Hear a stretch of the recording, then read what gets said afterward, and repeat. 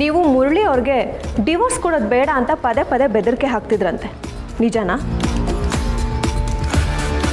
ಹಿಂಗಾದಾಗ ಪ್ರತಿ ಮನೆಯಾಗೂ ಸಂಸಾರ ಉಳಿಸ್ಕೋಬೇಕಂತ ಹಿರಿಯರೆಲ್ಲ ಸೇರಿಕೊಂಡು ಪಂಚಾಯಿತಿ ಮಾಡ್ತಾರೆ. ಹಂಗೆ ನಮ್ಮ ಮತ್ತೆ ಮಾವಯ್ಯ ಕೂಡ ಮುರಳಿಯವ್ರಿಗೆ ಹೇಳಿದ್ದೈತೆ. ಆಗ ಮುರಳಿಯವ್ರಿಗೆ ಕೇಳದೇ ಇರೋ ಕಾರಣಕ್ಕೆ ಒಂದು ಹೆಣ್ಮಗು ಜೀವನ ಚೆಂದಾಗಿರ್ಬೇಕು ಅಂತ ಧ್ವನಿ ಏರಿಸಿ ಮಾತಾಡಿದ್ದೈತೆ. ನೋಡ್ರಿ, ಇದು ಮುರಳಿ ಜೀವನ, ಅವ್ರು ಇಷ್ಟ ಬಂದಾಗ ಮಾಡ್ತಾರೆ. ಇಷ್ಟ ಕಷ್ಟ ಅಂತಲ್ಲ, ಬೇರೆಯವ್ರ ಮನೆಯಿಂದ ಬಂದಿದ್ದ ಹೆಣ್ಮಕ್ಳನ್ನ ಕಷ್ಟಕ್ಕೆ ನೂಕಿ ನಡ್ತೆ ಮ್ಯಾಗ ಸಂಶಯ ಪಟ್ರೆ ಧ್ವನಿ ಏರ್ಸೋದಲ್ಲ, ಉದ್ದುದ್ದ ಸಿಗದಾಕ್ಬಿಡ್ಬೇಕು. ನೋಡಿದ್ರ ಹೇಗೆ ಮಾತಾಡ್ತಾರೆ ಅಂತ? ಮಹಾಸ್ವಾಮಿಗಳೇ, ನನ್ನ ಮಾತು ಹೊರಟಾಗಿರ್ಬೋದು, ಆದರೆ ದೀಟಾನೇ ಹೇಳ್ತೀವಿ. ಸಾನವ್ರಿಗೆ ಮುರಳಿ ಮೇಷ್ಟ್ರ ಮನೆಯಿಂದ ಮಾನಸಿಕವಾಗಿ ದೈಹಿಕವಾಗಿ ಸಾನೇ ಕಷ್ಟ ಆಗೈತೆ. ಇನ್ನು ಮುಂದಕ್ಕೆ ನಿಮಗೆ ದಟ್ಸ್ ಆಲ್ ಯುವರ್ ಆನರ್, ನೀವೇನು ಹೊರಡ್ಬೋದು.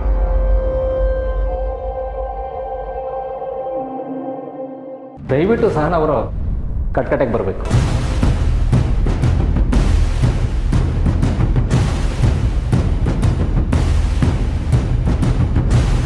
ಸಹನ ಅವರೇ, ಪೊಲೀಸ್ ಸ್ಟೇಟ್ಮೆಂಟಲ್ಲಿ ವಿಷ ಹಾಕಿದ್ರು ಅಂತ ಇದೆ. ಅದಕ್ಕೆ ನಿಮ್ಮ ಹತ್ರ ಏನಾದರೂ ಸಾಕ್ಷಿ ಇದೆಯಾ? ಫೋನ್ನಾಗಿತ್ತು, ಆದರೆ ಅಳ್ಸೋಕೈತೆ. ನಾನು ಏನು ಕೇಳಿದ್ರು ನಿಜ ಗೊತ್ತು ಇದೆ ಇಲ್ಲ ಅಂತಲೇ ಹೇಳ್ತಾ ಇದ್ದೀರಲ್ಲ. ನಿಜವಾಗ್ಲೂ ನಿಮ್ಮ ಹತ್ರ ಅವ್ರ ವಿರುದ್ಧ ಯಾವುದೇ ಸಾಕ್ಷಿ ಇಲ್ವಾ?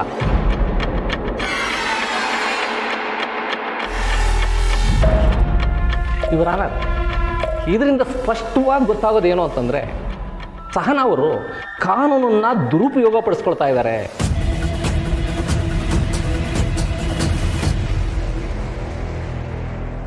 ಅಷ್ಟೇ ಅಲ್ಲ, ಯಾವುದೇ ಸಾಕ್ಷಿ ಆಧಾರ ಇಲ್ಲದೆ ನಮ್ಮ ಕ್ಲೈಂಟ್ ಮೇಲೆ ಸುಮ್ಮನೆ ಅಪವಾದ ಹೊರಿಸ್ತಿದ್ದಾರೆ.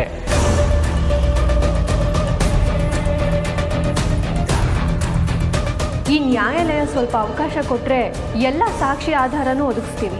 ಅದರ ಅವಶ್ಯಕತೆ ಇಲ್ಲ.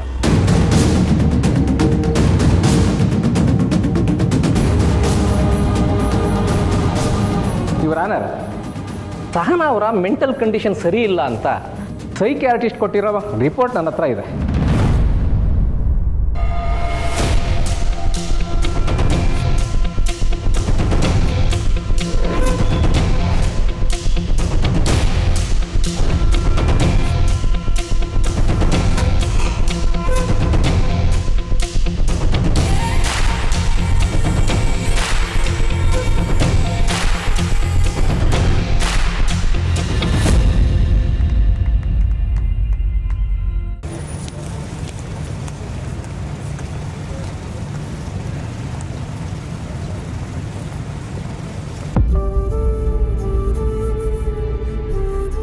ಅವ್ವ,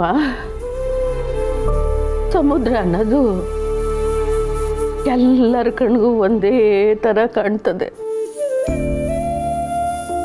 ಆದರೆ ಈ ಜೋನ್ಗೆ ಒಂದು ಸಣ್ಣ ಬಾವಿ ಇದ್ದಂಗೆ,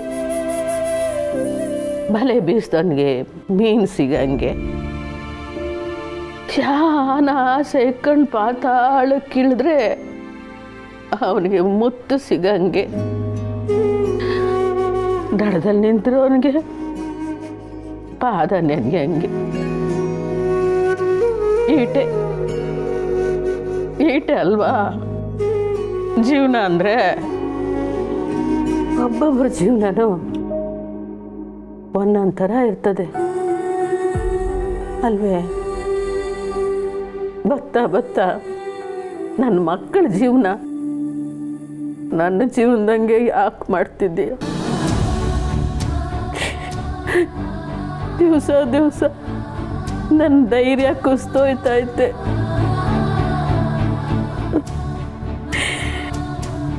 ಗಂಡ ಬಿಟ್ಟವಳು ಧೈರ್ಯವಾಗಿ ಕಲ್ಲಂಗೆ ಮನಸ್ಸನ್ನ ಗಟ್ಟಿ ಮಾಡ್ಕೊಂಡು ಬದುಕಬಹುದು. ನಾನೇ ಎಲ್ಲ ನಿಭಾಯಿಸ್ತೀನಿ, ಸಾಧಿಸ್ತೀನಿ ಅಂತೇಳರ ಸಮಾಜದಾಗ ಹೆಜ್ಜೆ ಇಕ್ಕಿರೆ ಬಾಯಿಗೆ ಬಂದಂಗೆ ಮಾತಾಡ್ತಾರೆ, ತಲೆಗೆ ಒಂದೊಂದು ಮಾತಾಡ್ತಾರೆ. ಇದನ್ನು ಸಹನಾಗಿ ನಾನು ಹೆಂಗೆ ಅರ್ಥ ಮಾಡಿಸ್ಲಿ? ನನ್ನ ಕಾಲಕ್ಕೆ ಈ ಕಷ್ಟಗಳೆಲ್ಲ ಮುಗ್ದೋಗ್ಲಿ ಅಂತ ಅಂದ್ಕೊಂಡಿದ್ದೆ.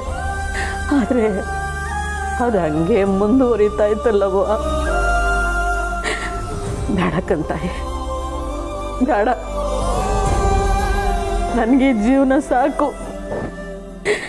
ನಿನ್ನ ಪಾದ ಸೇರಿಸ್ಕೊಂಡ್ಬಿಡು.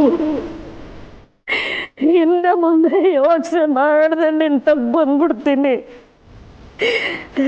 ನನ್ನ ಕಣ್ಣೆದ್ರಿಗೆ ನನ್ನ ಮಕ್ಕಳು ನೋವು ಪಡೋದನ್ನ ನನ್ನ ಕೈ ನೋಡಕ್ಕಾಯ್ತಿಲ್ಲ.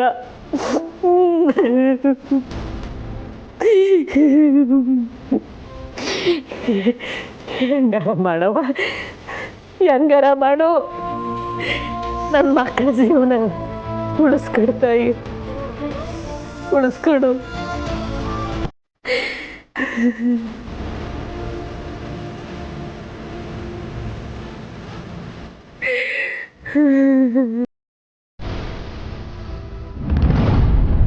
ಈ ರಿಪೋರ್ಟ್ ನೋಡಿದ್ರೆ ಸಹನಾ ಅವರು ಯಾಕೆ ಈ ರೀತಿ ನಡ್ಕೊತಾ ಇದ್ದಾರೆ ಅಂತ ನೇರವಾಗಿ ಸ್ಪಷ್ಟವಾಗಿ ಅರ್ಥ ಆಗುತ್ತೆ.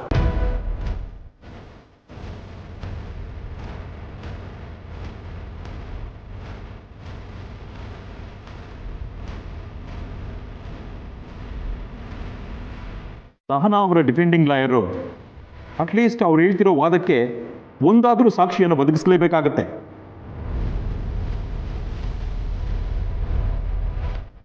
ಇಲ್ಲ ಅಂತ ಹೇಳಿದ್ರೆ ಈವರೆಗೆ ಈ ನ್ಯಾಯಾಲಯಕ್ಕೆ ಸಿಕ್ಕಿರುವಂಥ ಸಾಕ್ಷ್ಯಾಧಾರಗಳ ಮೇಲೆ ಸಹನಾ ಅವರು ಸುಳ್ಳು ಆಪಾದನೆ ಮಾಡ್ತಾ ಇದ್ದಾರೆ ಅಂತ ಹೇಳಿ ಕ್ರಮ ತಗೊಳ್ಬೇಕಾಗತ್ತೆ. ಅವರು ಜೈಲು ಶಿಕ್ಷೆ ಅನುಭವಿಸಬೇಕಾಗತ್ತೆ.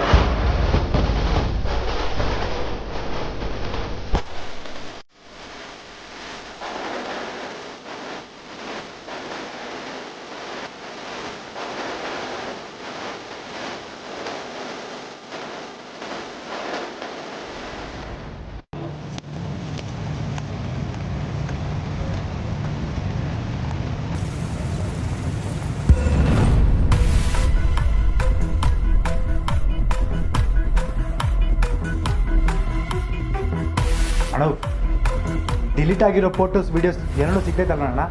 ಸುಮ್ಮನಿರಿ ಸರ್, ಅವಾಗಿದ್ದು ಇದನ್ನೇ ಕೇಳ್ತಿದ್ದೀರಾ? ಹೇಳ್ತಿದ್ದೀನಿ ತಾನೇ, ಸ್ವಲ್ಪ ಟೈಮ್ ತಗೊಳುತ್ತೆ. ಅದಕ್ಕೆ ಹೇಳಿದ್ದು, ನಮ್ಮ ಕಾಲೇಜ್ ಹುಡುಗ ಮೊಬೈಲ್ ಅಂಗಡಿನ ಕೆಲಸ ಮಾಡ್ತಾನೆ, ಅವ್ನ ಕೈನ ಕೊಟ್ಟಿದ್ರೆ ಬಿರ್ನ ರಿಕವರಿ ಮಾಡಿಕೊಡ್ತಾ ಇದ್ದ. ನೀನು ನೋಡಿದ್ರೆ ಇವ್ನ ತವ ಕರ್ಕೊ ಬಂದಿದ್ಯಾ. ಯಾವ ಅಂಗಡಿಗೆ ಬೇಕಾದರೂ ಹೋಗ್ಬೋದು, ತಗೊಂಡೋಗಿ. ಅಣ್ಣ ಹಾಗೆಲ್ಲ ಹೇಳ್ಬೇಡ, ಅವನಿಗೇನೋ ಬುದ್ಧಿ ಇಲ್ಲ ಮಾತಾಡ್ತಾನೆ, ನೀನು ಹಂಗೆ ಮಾತಾಡ್ತೇವೆ ಮಾಡು. ಲೇ ಪುಚ್ಚಿ, ಹೊಸ ಸಂಖ್ಯೆ ನಿಂತ್ಕೊಳ್ಳ. ಅವನೇನೋ ಚಿಕ್ಕ ಹುಡುಗ ಮಾತಾಡ್ತಾನೆ, ನೀನೇ ಹೊಸಿ ನೋಡ್ಕೊಂಡು ಕೆಲಸ ಮಾಡ್ಕೊಳ್ಳ. ಇಲ್ಲ ಫೋಟೋಸ್ ವೀಡಿಯೋಸ್ ಬರೋಕ್ಕೆ ನೋಡಿ ಕೆಲಸ ಮಾಡ.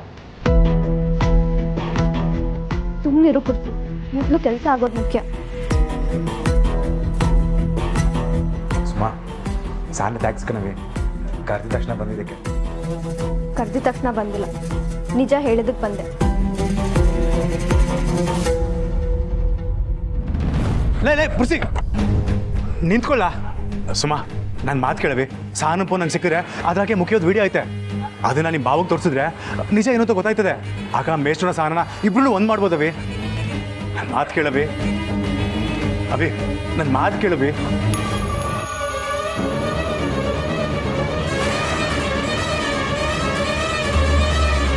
ಮೊದಲು ಅಕ್ಕನ ಫೋನ್ ಎಲ್ಲಿದೆಯೋ ತಗೋಬೇಕು, ಇಲ್ಲಾಂದ್ರೆ ಸತ್ಯ ಯಾರಿಗೂ ಗೊತ್ತಾಗಲ್ಲ ಅನ್ಸುತ್ತೆ.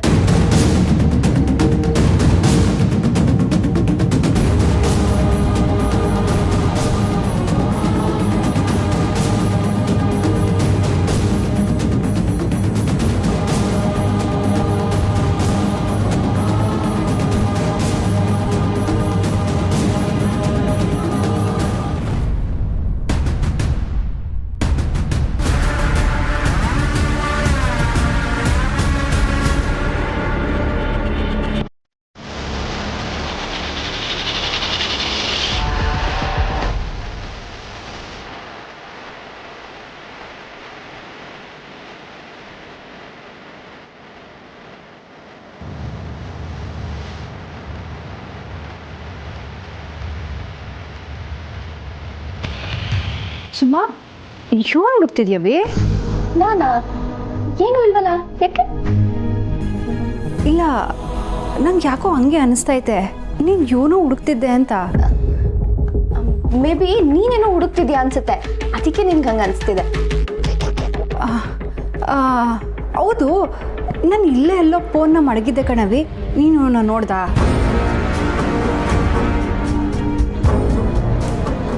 ಅಕ್ಕ, ನೀನು ಮೆಸ್ಸಲ್ಲಿ ಇಟ್ಟಿದ್ಯಾ ಅನ್ಸುತ್ತೆ, ಅಲ್ಲೇ ಹೋಗಿ ನೋಡು ಒಂದ್ಸಲ. ಇಲ್ಲ ಕಣವಿ, ಈಗ ತಾನೇ ನಾನು ಮೆಸ್ಸಿಂದನೇ ಇಲ್ಲಿಗೆ ಬಂದೆ. ಅಕ್ಕ, ಯಾವುದಕ್ಕೂ ಒಂದ್ಸಲ ಮೆಸ್ಸಲ್ಲೇ ಹೋಗಿ ನೋಡು, ನೀನು ಅಲ್ಲೇ ಇಟ್ಟಿರ್ತೀಯ.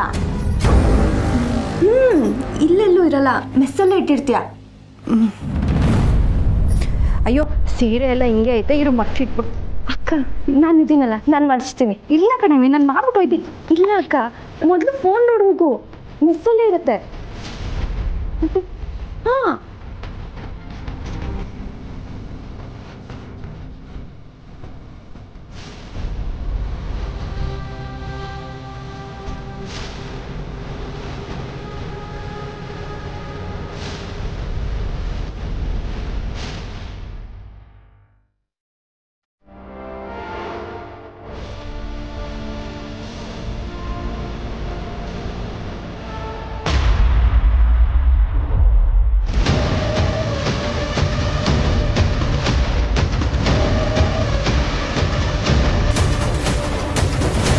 ಅಣ್ಣು ಹೊಸ ಬಿರ್ನೆ ಮಾಡ್ಕೊಂಡು ಕೋರ್ಟ್ನಾಗೆ ಕೇಸ್ ನಡೀತೈತೆ, ಅದ್ರಾಗಿರೋ ವಿಡಿಯೋ ತೋರಿಸಲಿಲ್ಲ ಅಂತಂದರೆ ಸಾನೇ ಕಷ್ಟ ಆಯ್ತೈತೆ ಅಣ್ಣು. ಅಂದ್ಕೊಂಡಿದ್ದ ತಕ್ಷಣ ಸಿಗೋ ಸ್ವಲ್ಪ ಕಷ್ಟನೇ, ಕೆಲವೊಂದ್ಸಲ ಇಂಪಾರ್ಟೆಂಟ್ ವಿಡಿಯೋನೇ ಡಿಲೀಟ್ ಆಗಿರುತ್ತೆ. ಹೌದು, ಹಂಗೆಲ್ಲ ಹೇಳಿ ದಿಗ್ಗು ನಿಲ್ಸ್ಬಿಡಕ ನೋಡು, ಹೊಸ ನೋಡಿ ಕೆಲಸ ಮಾಡ.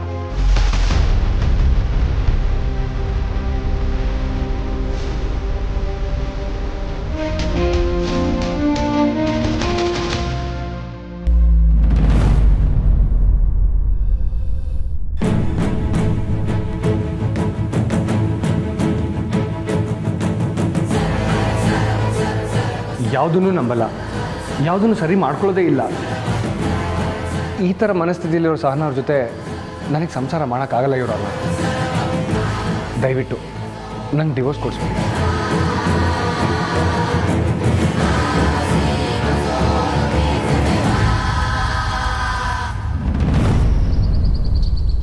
ಸಹನಾ, ಬೇರೆ ಇನ್ನೇನಾದ್ರು ಹೇಳೋದಿದೆಯಮ್ಮ ನೀವು?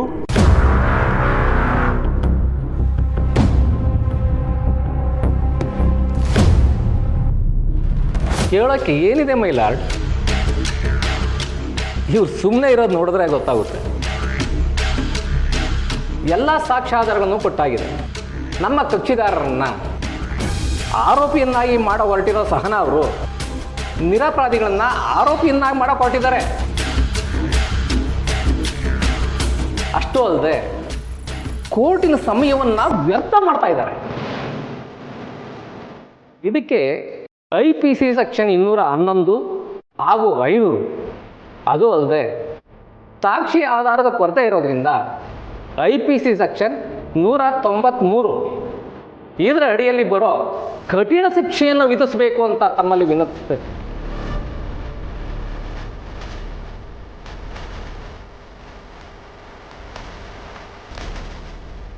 ಸಾಲಿವರ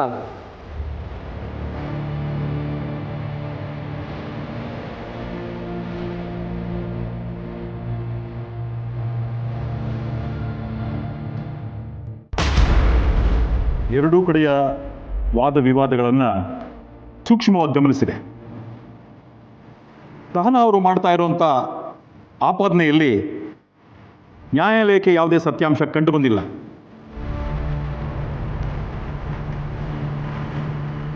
ಈ ಹಿನ್ನೆಲೆಯಲ್ಲಿ ನ್ಯಾಯಾಲಯವು ಸೆಕ್ಷನ್ 193 ಅಡಿಯಲ್ಲಿ ಸಹನಾ ಅವರಿಗೆ 7 ವರ್ಷಗಳ ಕಠಿಣ ಶಿಕ್ಷೆಯನ್ನು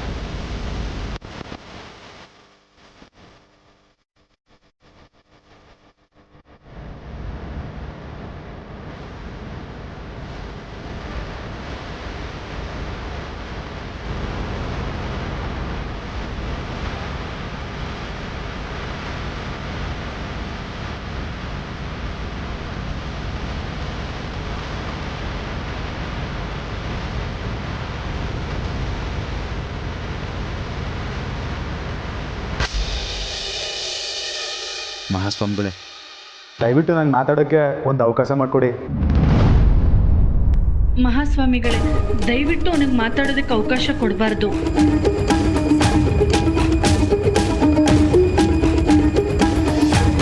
ನನ್ನ ಮಗ ಸಹನಾಯಿಂದ ದೂರ ಆಗೋದಕ್ಕೆ ಕಾರಣನೇ ಅವನು. ಅವನಿಗೂ ಸಹ ನನಗೂ ಸಂಬಂಧ ಇದೆ.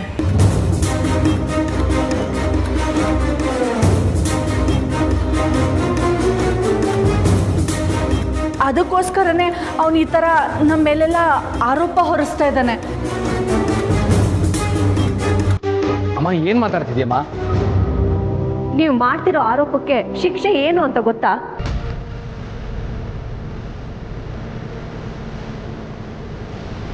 ಮೈಲಾರ್ಡ್, ದಯವಿಟ್ಟು ಇವ್ರಿಗೆ ಮಾತಾಡೋಕ್ಕೆ ಅವಕಾಶ ಮಾಡಿಕೊಡಿ. ಅಬ್ಜೆಕ್ಷನ್ ಇವರಾನ. Objection overruled. ನೀವು ಕರ್ತವ್ಯ ಬಂದು ಮಾಡಿ.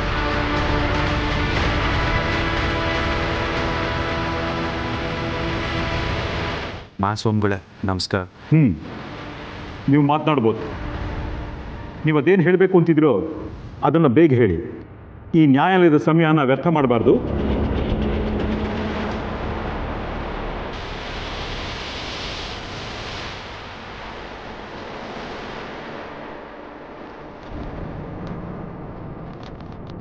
ಸಾಹೇಬ್ರ, ಅವುಗಳು ಸಹನ ಮೇಲೆ ಮಾಡ್ತಿರೋ ಆರೋಪ ದಿಟ ಅಲ್ಲ.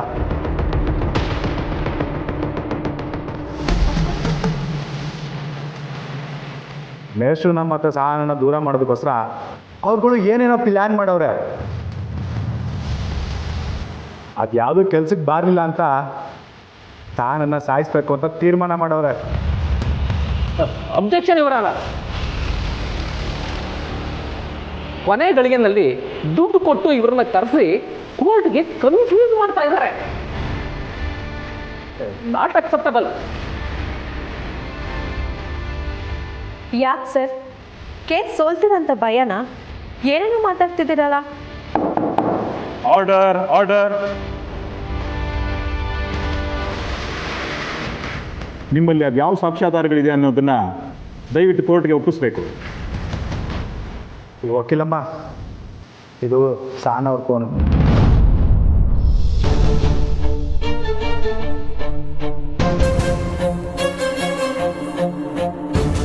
ಅದ್ರಾಗೆ ತಾನ ಮಾಡಿದ ರೆಕಾರ್ಡ್ನೆಲ್ಲ ಅವ್ರುಗಳೆಲ್ಲ ಸೇರ್ಕೊಂಡು ಡಿಲೀಟ್ ಮಾಡವ್ರೆ.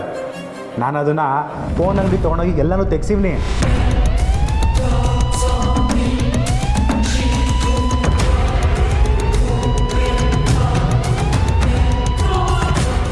ಮಹಾಸ್ವಾಮಿಗಳೇ, ನೀವು ಎಲ್ಲ ಸಾಕ್ಷಿನ ಒಂದ್ಕಿತ ನೋಡಬೇಕು.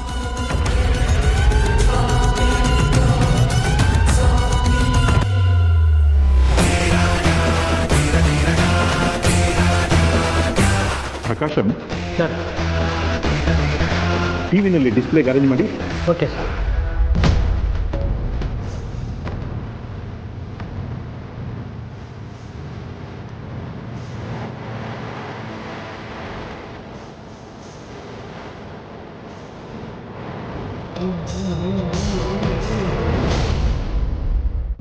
ಅದೇ ನೀವು ಸಹನಾನ ಸಾಯಿಸ್ಬೇಕು ಅಂತ ಹೇಳಿದ್ರಲ್ಲ, ಅದಕ್ಕೆ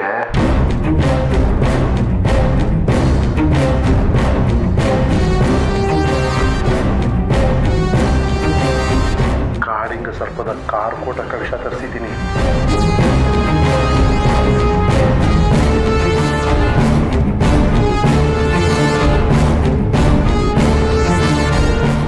ಇದು ಏನಾದರೂ ಸಹನನ ದೇಹದೊಳಗೆ ಒಂದು ಹನಿ ಬಿದ್ದರೂ ಅಷ್ಟೇ ಡೈರೆಕ್ಟು